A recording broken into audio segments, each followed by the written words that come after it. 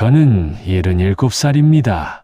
제 인생에서 가장 긴 통화는 단 4분이었어요. 전화기 너머에서 들려온 목소리는 70년 동안 한 번도 들어본 적 없는 제 아버지였습니다. 준호야, 아버지다. 하지만 그 통화가 끝나고 3일 뒤, 저는 아버지의 부고 소식을 들었어요. 이 이야기는 제가 평생 숨겨왔던 진짜 이야기입니다. 제 기억 속 아버지는 사실 없어요. 저는 1947년생이에요. 한국전쟁이 터졌을 때 제 나이가 겨우 3살이었거든요. 사람들이 물어봐요. 아버지 얼굴 기억나? 솔직히 아니에요. 하나도 기억 안 나요. 근데 이상한 게 뭔지 아세요? 기억은 안 나는데 그 사람이 그리워요. 평생을요. 제 어머니가 들려준 이야기로는요. 1950년 12월 흥남철수 때였대요. 당시 우리 가족은 함경북도 어느 작은 마을에 살고 있었어요. 아버지 이름은 김동주, 25살의 젊은 청년이었죠. 어머니 말로는 그날 아침까지만 해도 아버지가 우리랑 같이 남쪽으로 내려가려고 했대요. 근데 갑자기 인민군들이 마을에 들이닥친 거예요. 젊은 남자들은 다 나와 전쟁에 나가야 한다. 어머니는 저를 안고 울면서 아버지 옷깃을 붙잡았대요. 여보, 가지 마요. 우리 아들이, 우리 준호가 있잖아요. 근데 아버지는요, 어머니 손을 떼면서 이렇게 말했대요. 당신, 준호 데리고 먼저 남쪽으로 가. 나는 곧 찾아갈게. 약속해. 그게 마지막이었어요. 어머니는 그 모습을 보면서 아버지가 탄 트럭이 사라질 때까지 서 있었대요. 저는 어머니 품에서 울고 있었고요. 그날 이후로 아버지는 영영 돌아오지 않았어요. 전쟁이 끝나고 저는 부산에서 자랐어요. 솔직히 말하면 저는 거의 전쟁고아처럼 컸어요. 아버지 없이 어머니 혼자서 저를 키웠거든요. 어머니는 남의 집 빨래를 해주고 청소를 해주면서 저를 키웠어요. 제가 초등학교 다닐 때 일이에요. 학교에서 우리 아버지 그리기 숙제가 나왔어요. 다른 애들은 다 신나게 그림 그리는데 저는 뭘 그려야 할지 몰랐어요. 그래서 집에 와서 어머니한테 물었죠. 엄마, 우리 아버지는 어떻게 생겼어요? 어머니는 한참을 말이 없더니 작은 사진 한 장을 꺼내셨어요. 흑백 사진이었는데 젊은 남자가 웃고 있는 모습이었어요. 이게 내 아버지야. 잘생겼지? 저는 그 사진을 보면서 처음으로 생각했어요. 아, 나한테도 아버지가 있구나. 근데 동시에 이런 생각도 들었어요. 근데 이 사람은 지금 어디 있는 걸까? 어머니는 제게 자주 말씀하셨어요. 준호야, 내 아버지는 북쪽에 계실 거야. 분명히 살아계실 거야. 전쟁 때 억지로 끌려가셨으니까 돌아가고 싶어도 못 돌아오시는 거야. 그 말을 들을 때마다 저는 생각했어요. 그럼 언제 만날 수 있어요? 다시 만날 수 있기는 해요. 근데 어머니는 그 질문엔 대답을 못 하셨어요. 그냥 눈물만 흘리셨죠. 저는 중학교, 고등학교를 거치면서 점점 아버지에 대한 기억이, 아니, 기대가 희미해졌어요. 주변 사람들이 그러더라고요. 야, 김준호, 너 아버지 전쟁 때 북에 끌려갔다며? 그럼 이미 돌아가셨겠다. 북한에서 살아남기가 어디 쉬운 일이냐? 포기해라. 그런 말을 들을 때마다 화가 났어요. 근데 반박을 못했어요. 왜냐하면 저도 그럴 것 같았거든요. 70년대, 80년대, 90년대, 시간이 흐르면서 저도 결혼하고 아이를 낳고 평범하게 살았어요. 근데 이상한 게 뭔지 아세요? 아버지가 된 순간 저는 또 제 아버지가 그리워지더라고요. 제 아들을 처음 안았을 때 문득 이런 생각이 들었어요. 아, 우리 아버지도 나를 이렇게 안아봤을까? 나를 보면서 이런 마음이었을까? 그래서 그날 밤 저는 처음으로 아버지한테 편지를 썼어요. 물론 보낼 곳이 없었지만요. 그냥 일기장에 적었어요. 아버지, 저 오늘 아빠가 됐어요. 아버지가 저를 보고 싶으셨던 것처럼 저도 아버지가 보고 싶어요. 그렇게 또 세월이 흘렀어요. 2000년대가 되고 남북정상회담도 열리고 이산가족 상봉도 몇 번 있었어요. 저도 신청했어요. 이산가족 찾기 프로그램에요. 근데 매번 실패였어요. 김동수라는 이름을 가진 사람이 북한에 너무 많았거든요. 그리고 함경북도라는 곳이 접근하기가 정말 어려운 곳이래요. 저는 점점 포기하기 시작했어요. 이제 아버지는 만날 수 없겠구나. 그런데요. 2024년 12월 어느 날이었어요. 저는 이제 77살 노인이 됐고 손주도 생겼어요. 그날도 평범한 하루였어요. 아침에 일어나서 신문 보고 산책 나갔다가 돌아왔죠. 집에 들어오면서 습관적으로 우편함을 열어봤어요. 근데 거기 낡은 봉투 하나가 있는 거예요. 처음엔 그냥 광고지인 줄 알았어요. 근데 봉투를 자세히 보는 순간 심장이 멎는 것 같았어요. 보낸 사람란에 이렇게 적혀 있었거든요. 김동수 함경북도 회령. 저는 그 자리에 주저앉았어요. 손이 떨려서 봉투를 제대로 잡을 수가 없었어요. 이게 진짜야? 아니면 사기야? 한참을 그 봉투를 들고 서 있었어요. 봉투를 뜯을 용기가 안 났거든요. 만약에 가짜면 어떡하지? 만약에 누가 장난친 거면. 근데 결국 뜯었어요. 안에는 얇고 누런 종이 한 장이 들어 있었어요. 글씨가 삐뚤삐뚤했어요. 떨리는 손으로 쓴 게 느껴졌어요. 저는 그 글씨를 보는 순간 바로 알았어요. 이건 진짜다. 편지는 이렇게 시작했어요. 준호야, 아버지다. 나는 아직 살아있다. 그 한 줄을 읽는 순간 저는 울음이 터져버렸어요. 77년을 살면서 이렇게 운 건 처음이었어요. 편지는 계속 이어졌어요. 너는 이제 몇 살이 됐을까? 아버지 생각이 나기는 할까? 나는 매일 너를 생각했다. 1950년 그날 이후로 단 하루도 너를 잊은 적이 없다. 나는 이 나라에서 참 오래 살았다. 살고 싶어서 산 게 아니라 너를 만나고 싶어서 버틴 거다. 이제 내 나이가 99살이다. 몸도 많이 안 좋다.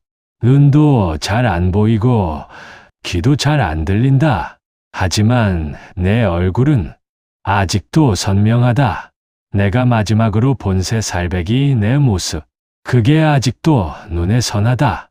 저는 편지를 읽으면서 계속 울었어요. 옆에서 아내가 물었어요. 여보, 무슨 일이에요?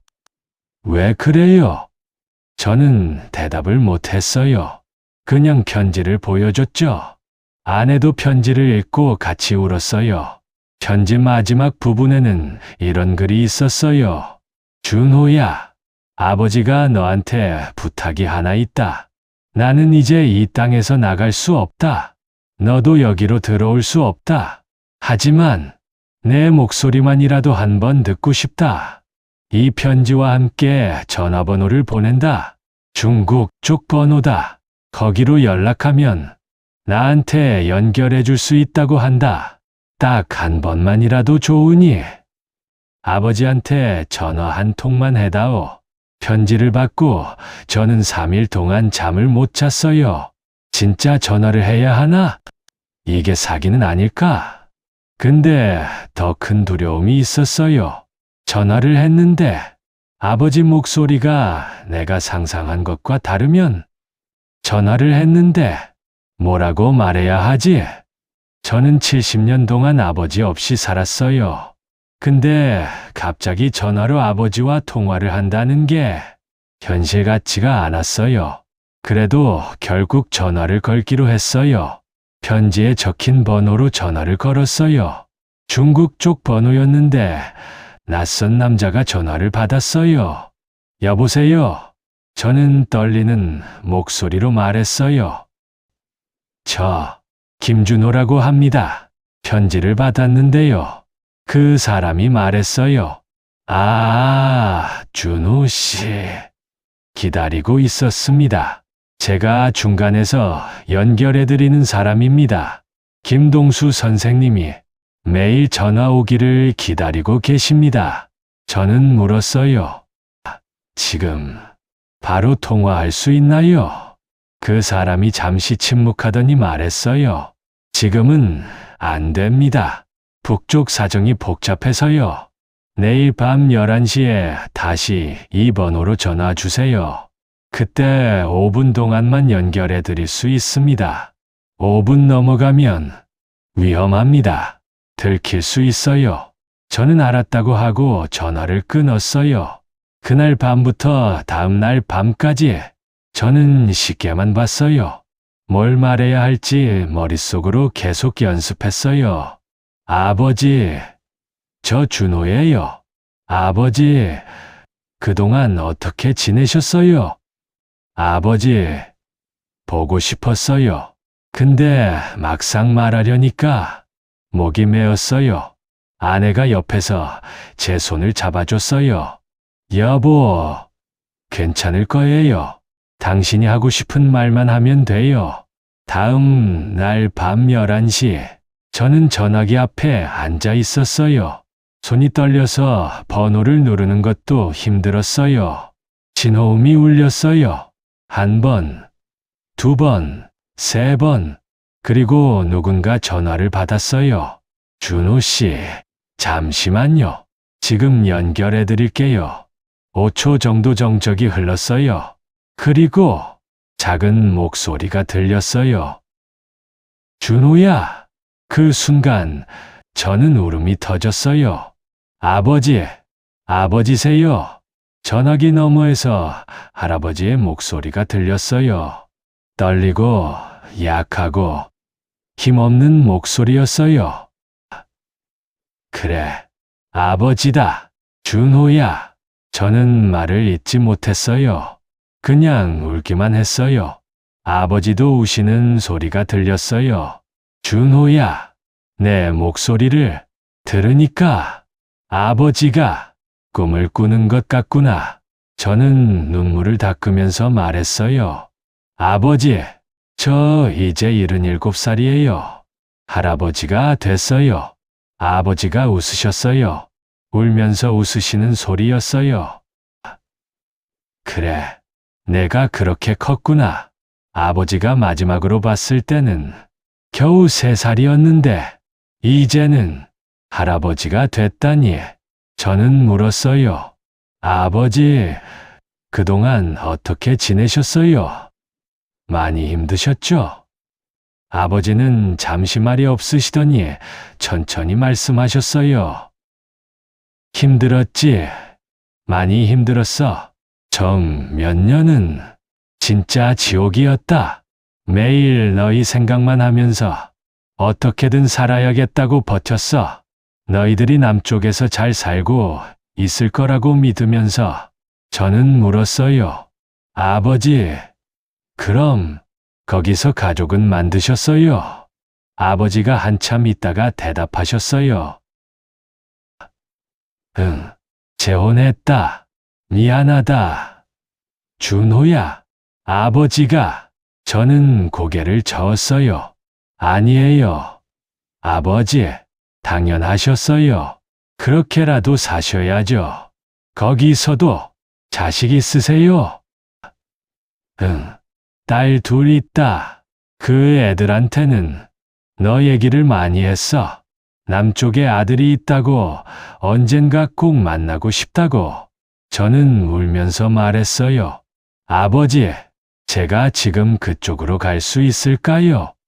제가 찾아뵙고 싶어요. 아버지는 단호하게 말씀하셨어요. 안 돼. 절대 오면 안 돼.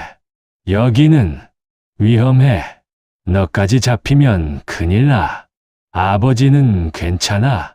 이제 오래 못 사니까. 근데 너는 아직 가족이 있잖아. 내 자식들, 손주들 생각해서라도 오면 안 돼. 저는 더 이상 말을 못했어요. 그냥 전화기를 붙잡고 울었어요. 아버지가 말씀하셨어요. 준호야, 아버지가 하고 싶은 말이 있다. 응, 아버지, 너를 지켜주지 못해서 미안하다. 아버지가 그때 도망쳤어야 했는데, 아버지가 더 용감했어야 했는데, 저는 고개를 저으면서 말했어요. 아니에요. 아버지 잘못 아니에요. 전쟁이 잘못한 거예요. 아버지 잘못 아니에요. 저는 아버지가 저를 버린 거라고 한 번도 생각 안 했어요. 어머니가 말씀해 주셨어요.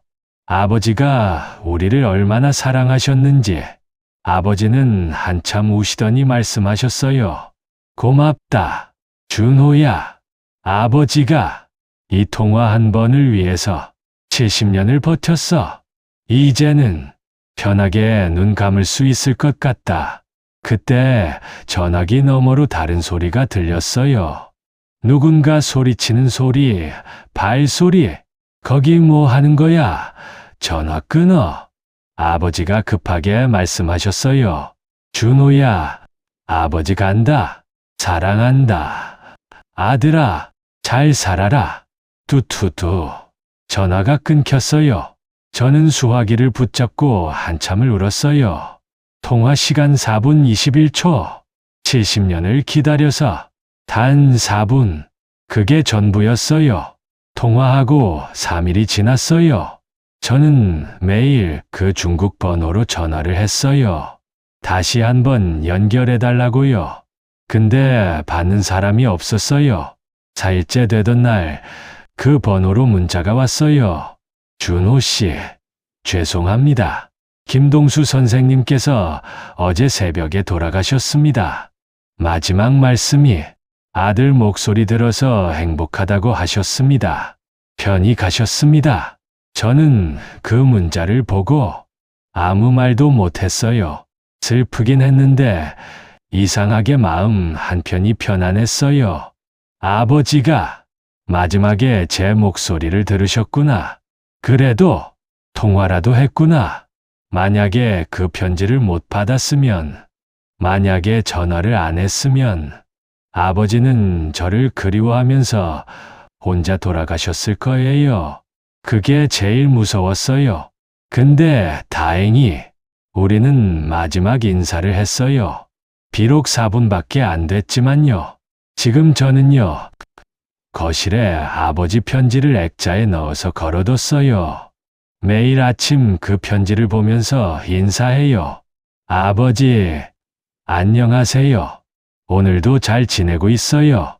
손주들이 물어봐요. 할아버지, 저 사진 속 사람은 누구예요? 저는 웃으면서 말해요. 저분은 할아버지의 아버지야. 너희들의 증조 할아버지시지. 평생 너희를 보고 싶어 하셨던 분이야. 이산가족은 숫자가 아니에요. 뉴스에서 이산가족 몇만 명이라고 하는데 그 숫자 하나하나가 다 누군가의 아버지고 어머니고 자식이에요. 전쟁은 끝났어도 헤어짐은 끝나지 않았어요. 지금도 수많은 사람들이 누군가의 목소리를 기다리고 있어요. 저는 운이 좋았어요. 마지막 4분이라도 아버지와 통화했으니까요. 근데 아직도 수많은 사람들은 그 4분조차 없어요. 그냥 기다리다가 세상을 떠나요. 만약에 이 영상을 보시는 분 중에 혹시 이산가족이신 분이 계시다면 포기하지 마세요. 저도 77살에 아버지 목소리를 들었어요. 여러분도 언젠가는 그날이 올 거예요. 꼭요. 아버지, 이제는 편히 쉬세요. 다음 생에는 제가 더 어릴 때 만나요. 그때는 제가 아버지 얼굴 제대로 기억할게요. 사랑합니다. 아버지. 본 영상은 허구와 창작이 포함된 스토리이며 실제 인물과 무관한 창작 콘텐츠입니다. 하지만 오늘도 수많은 이산 가족이 가족을 기다리고 있습니다. 여기까지 긴 이야기 들어주셔서 정말 감사합니다. 이 이야기가 여러분 가슴에 조금이나마 남았으면 좋겠어요. 우리가 잊지 말아야 할 이야기들이잖아요. 혹시 이 영상이 의미 있으셨다면 구독하고 좋아요 한 번씩만 눌러주세요. 여러분의 구독 하나하나가 이런 이야기들을 계속 만들 수 있는 힘이 되거든요. 그리고 알림 설정도 켜주시면 다음 이야기가 올라올 때 바로 알려드릴 수 있어요. 앞으로도 우리가 몰랐던 진짜 이야기들을 계속 가져올게요. 다음 영상에서 또 만나요. 오늘도 좋은 하루 보내세요. 감사합니다.